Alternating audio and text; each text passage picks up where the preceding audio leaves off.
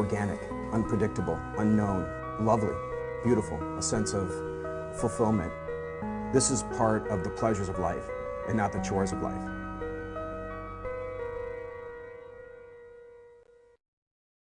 Coming up tonight at Daily Iowan TV, Iowa City may be losing a Hawkeye tradition for good. Plus, SeaWorld is looking to build bigger orca tanks, but they may antagonize animal activists in the process.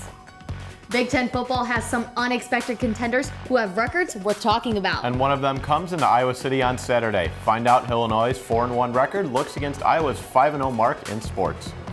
All that and more coming up. Daily Iowan TV starts now.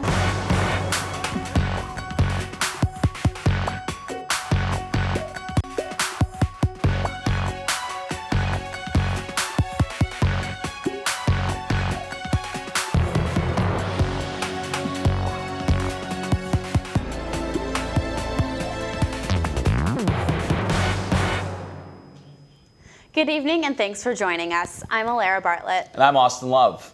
Incoming students seeking financial aid will not receive the same help past students have. The Perkins Loan Program has offered aid to thousands of students in the past, but will no longer do so. The federal program expired October 1st after Congress chose not to extend it. In Iowa City, roughly 5% of undergraduates get help from the program that will be unavailable for next year.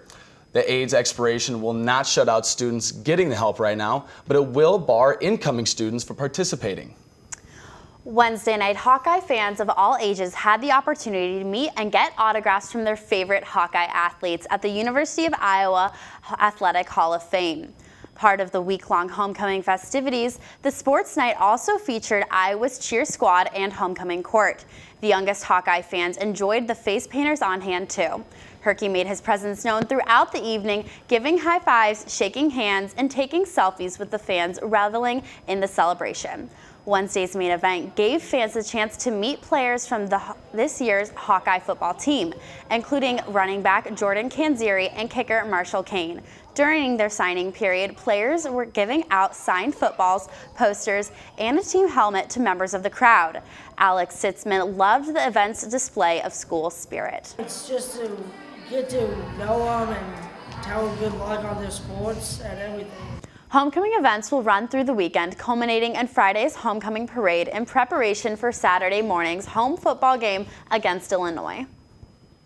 A North Carolina recycling company is now setting up shop in Clinton, Iowa. EnviroVision Technologies will soon begin leasing a 62,000 square foot warehouse. As part of the lease, the company plans to spend $750,000 on equipment and renovations to the space. EnviroVision specializes in grinding up used plastics and selling the flakes to companies who create new materials with it, like pipes, trash cans, and crates for drinks. The company anticipates serving up to 1 million pounds of plastic per month at the Clinton location. Red, yellow, and white lanterns were seen illuminating Saturday night all around Kinnick Stadium. The people responsible were showing their support for the Leukemia and Lymphoma Society with a walk called Light the Night. Daily Iowan TV's Katie Sextro spotlighted this special event. Light the Night is a fundraising walk the Leukemia and Lymphoma Society hosts to fund research in finding a cure for blood cancer. The Light the Night Walk is the largest community outreach campaign the Leukemia and Lymphoma Society organized, and today over 1,200 people are expected to participate. But Light the Night is the one where we really just, throw open the garage doors and say, come on in, to patients, survivors, family members, community, businesses. Everyone comes out to show their support for people who have been touched by cancer. The Leukemia and Lymphoma Society lives by a motto of making some day today, in the hopes that campaigns such as this will raise enough money to cure and guarantee the best treatments for those living with blood cancer. People of all ages came to Kinnick, and there was inspiration wherever you looked. The Schrader family had an army of support with them called Fight with Flash to cherish the memory of their son who lost his battle with lymphoma earlier this year.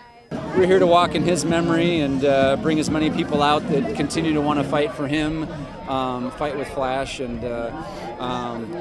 continue the motto that we've been living for several years, and that's win the day, finding the positives every single day. During the walk, participants held red lanterns, which signified those currently fighting blood cancer, white for survivors, and yellow to remember those who have passed away. And as the sky got darker, the lanterns grew brighter, and it became clear as to why this is called Light the Night. Katie Sextro, Daily Iowan TV. Light the Night exceeded their attendance goals and successfully raised over $115,000 to go towards leukemia and lymphoma research. Well, Austin, it may be October, but it hardly feels like fall the last couple days on campus. Yeah, I know, Lara. It's been absolutely beautiful outside, and hopefully it'll stay like that throughout the homecoming weekend. Let's toss it over now to Ashley Kruger in the weather studio, who has more on what to expect the next couple of days. Ashley?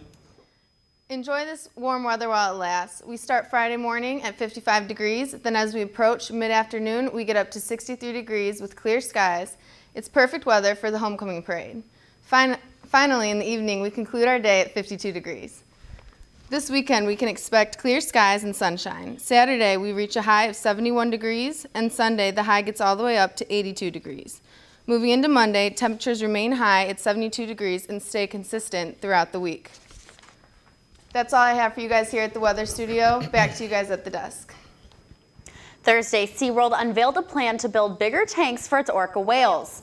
The California Coastal Commission is considering a $100 million investment in the aquatic theme park, but animal activists say that doing so would give the park more opportunities to breed animals in captivity, a cruel practice regardless of the tank's size. SeaWorld says their orca population will not grow beyond the 11 it currently has in-house. And the park's displays generate support for the global marine conservation. Now, Lara, while it's homecoming week, one of UI's greatest football traditions is noticeably going to be missing from the festivities. For decades, the beer band, composed of UI students and community musicians, would roam the Iowa City bars, playing the beloved Hawkeye fight songs in the Friday night before Saturday's home game. After reports of vulgar lyrics and shouted obscenities, as of recent of 2 weeks ago, UI police officials have shut down the raucous tradition. Officially, the beer band is not affiliated with the UI's marching band or the school, but because some students participate, it stirred leaders towards a change.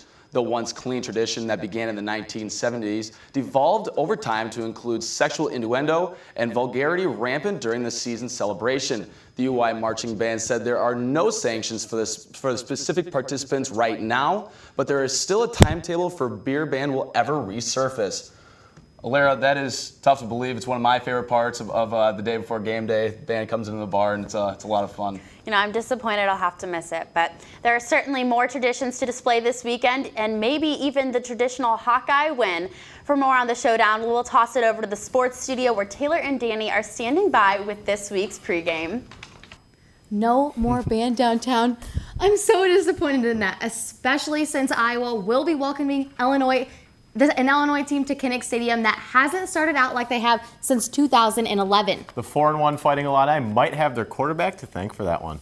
Wes Lunt is off to a solid start in 5 games, where he leads the Big Ten in completions per game at 22.2 and ranks 3rd in the conference in passing yards at 221.4. But Lunt and the rest of Illinois' offense goes up against an Iowa defense that ranks 11th in the nation in sacks with 16 so far this season. And 2 Iowa players have contributed nicely to that stat. Check it out. Head coach Kirk Ferentz has said over and over again that in order for his team to be successful, he needs his seniors. Going back to that theme of our seniors playing their best football. There's the senior duo of Jordan Kanziri and Drew Ott, both prominent to this Iowa football formula, but one 5th-year senior has held up his end of the bargain. Cole has been a guy, he shows up every day, he has for 5 years, 4.5 years. Shows up every day, great attitude, works hard. Linebacker Cole Fisher moved his way through being a special teams player to defending the wide edges on Iowa's defense. I mean, I'm glad I'm playing so well because honestly, it means I'm not letting down, the rest of the team and all the people cheering for the Hawkeyes. Compared to last season, Fisher has accumulated 19 solo tackles in the first 5 games, with 28 assisted tackles.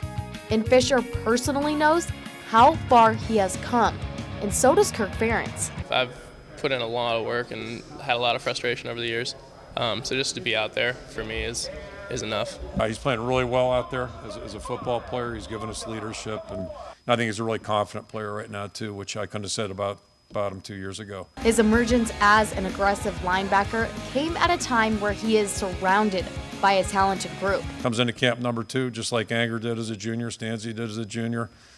And then after 20-some practices, he's been the most consistent of the group, and it's a good group of guys. They're all quality guys. Fisher has had a little help from middle linebacker Josie Jewell as well. The two could be said to play a little big brother role, as Jewell is only a sophomore. The two combined for 24 tackles in Iowa's game against Wisconsin. The game slowed down, personally for me, understanding the defense, understanding what the opposing team's running, and just feeling everything out now. It's a whole lot easier. Honestly, I'm just happy for the experience. Danny, Illinois' offense is definitely going to have their hands full, especially with Desmond King in the backfield as well. Yeah, that's right. 5 interceptions on the year, only 3 away from tying the Iowa single-season record. But Illinois has had success this season that no one thought was possible, especially after firing their head coach right before the season even started. Definitely doesn't seem to be affecting this team at all. However, Bill Cubitt took over that position, and it seems like he is having no trouble. Not at all, and Laura Belanda is standing by to break down how Illinois is cruising to these wins. What's going on, Laura? Danny and Taylor, Illinois has definitely proven that they can compete in the first 5 weeks, and they have some key players that go hand in hand with some of the Iowa players, making the teams somewhat similar.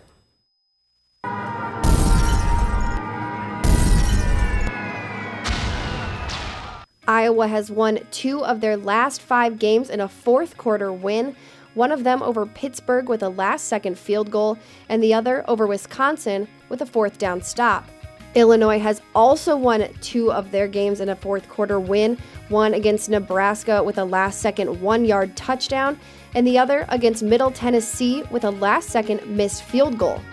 Illinois has had 215 pass attempts this season, 32 of those going to Geronimo Allison. And with that number, Allison currently leads the Big Ten with receptions for 453 yards. But coming in right behind Allison is Iowa's Matt Vandenberg, who's second in the Big Ten with 31 receptions for 303 yards. Sticking with the offensive side of the ball, the running backs for both of these teams, for Illinois, Josh Ferguson, and for Iowa, Jordan Canzeri. Ferguson currently has 2,259 career rushing yards, while Canzeri currently has 1,530 career rushing yards.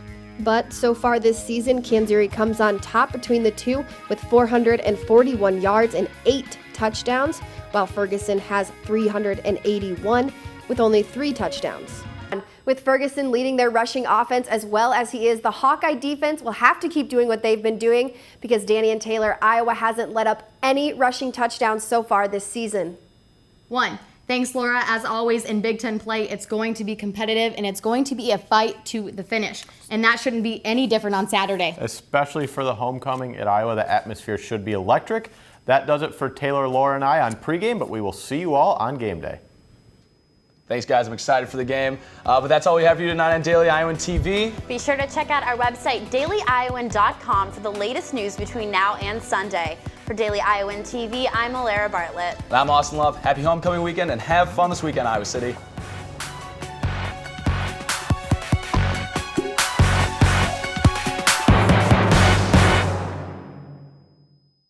Iowa SJMC. Want a major that'll take you somewhere?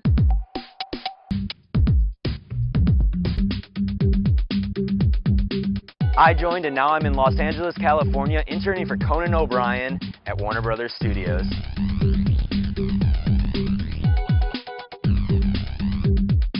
I joined and now I'm working in public relations for diabetes research. SJMC. Can't pick up a copy of the Daily Iowan? Are you worried about how you're going to find out about the latest news in Iowa City and the University of Iowa? Well, look no further. You can download the Daily Iowan mobile app on your iPhone for the area's best news coverage. And you can also read and watch us on your iPad. You can always find current and past Daily Iowan stories at dailyiowan.com. The Daily Iowan is now on TV, online, and in your pocket. If it happens, it's news to us.